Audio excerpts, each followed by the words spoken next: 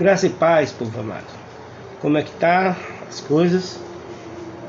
Eu peço desculpa a vocês que por alguns dias eu tenho tentado fazer um vídeo, mas não tenho conseguido porque eu passei por umas lutas.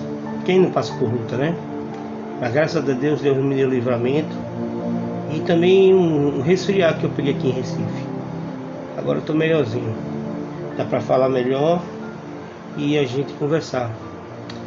Falando das coisas de Deus, muitas vezes a gente pensa que Deus não está trabalhando na vida da gente.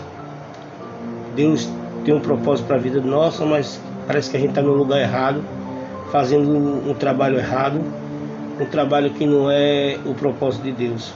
Muitas vezes o propósito de Deus não é aquele trabalho, mas Ele está preparando você para aquele trabalho. Amém? Se a gente for pensar, o próprio Jesus, ele passou até os 30 como carpinteiro, o ofício que ele aprende do seu pai José. E só a partir dos 30 anos ele começa o ministério. Ele foi forjado ali naquele trabalho, mas ele começa o ministério mesmo, o propósito real dele, com uns 30 anos. E ele entra logo em uma batalha espiritual de 40 dias de jejum, 40 noites, e depois sendo tentado pelo próprio Satanás. E aí ele ultrapassa essa fase e começa a sua caminhada a escolher os discípulos, os apóstolos, e começar o ministério da boas novas, de se apresentar e no fim de se apresentar, de ensinar a morte de Cristo e a ressurreição. Mas todos nós passamos por essas lutas, né?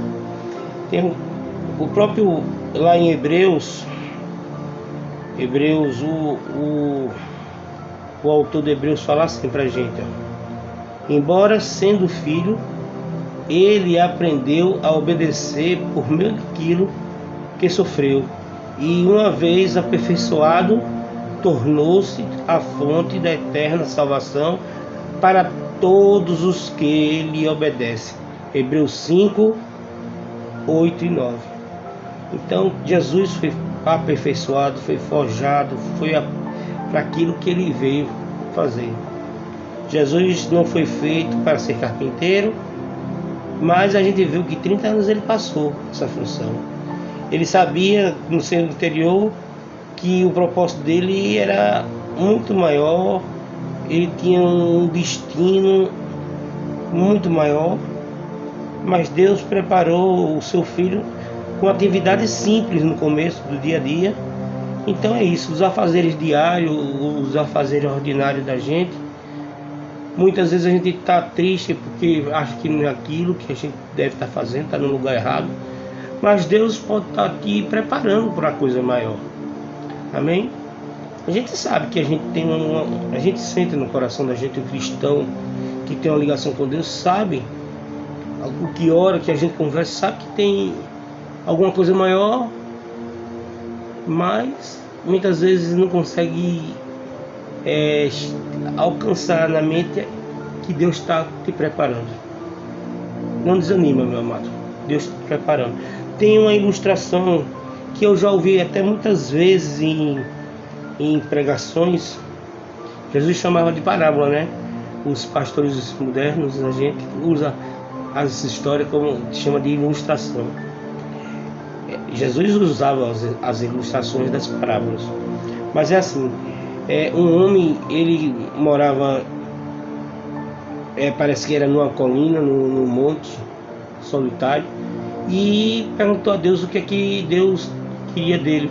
E Deus disse: ó, eu quero que todo dia tu empurre aquela rocha ali, aquela pedra enorme. E ele empurrava aquela rocha dia após dia, e ela não saía um pouquinho sequer do lugar.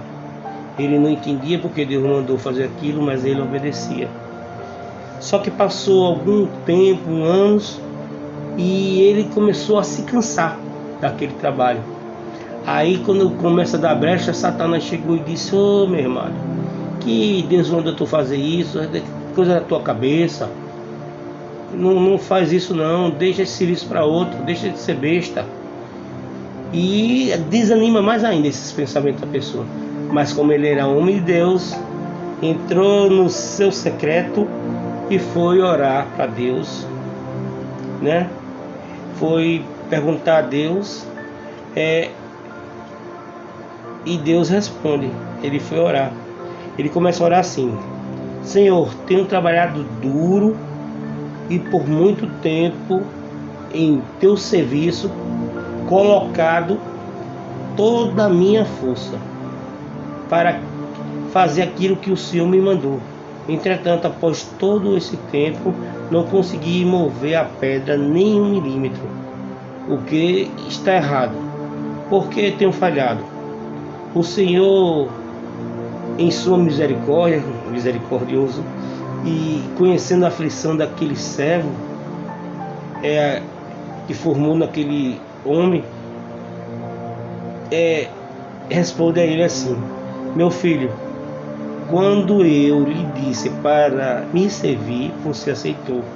Expliquei-lhe que o seu trabalho seria empurrar a pedra todos os dias, e é o que você tem feito.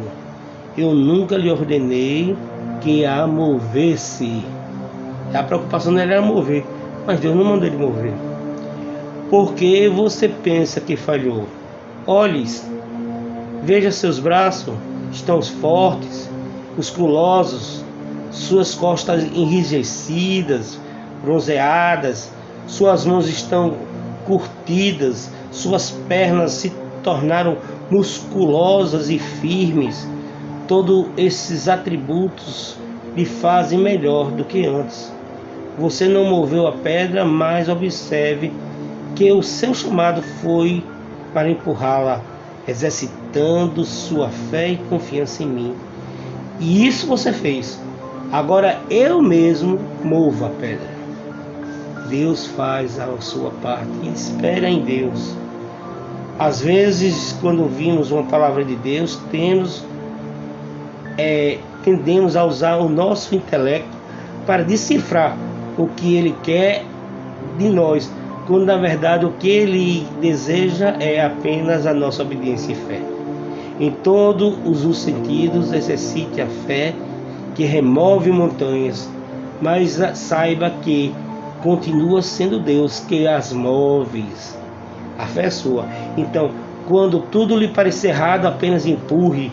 Quando o trabalho lhe deixar para baixo, apenas empurre. Quando as pessoas não agirem de maneira que você espera, apenas empurre. Quando o seu dinheiro for embora e as contas ficarem, apenas empurre. Quando as pessoas não compreenderem você, apenas empurre. Ore em momento solene, pense ao Senhor firmemente, una-se a Ele e renove a sua fé, renove a sua esperança e ore até alguma coisa acontecer. Mas os que esperam no Senhor renovarão as suas forças, subirão como asas como águia, correrão e não se cansarão, e andarão e não se fatigarão. Isaías 40, 31. Então é isso, meu amigo. Não desista, Deus tem um propósito maior. Deus vai fazer a sua parte. Deus vai lhe mostrar o que Ele quer. Apenas espere no Senhor e faça aquilo que Ele mandou, que Ele está te preparando para uma coisa maior. Deus abençoe a tua casa e a tua família. Vamos orar por Israel, que o Irã está atacando direto. Vamos orar pela paz de Israel. Deus abençoe.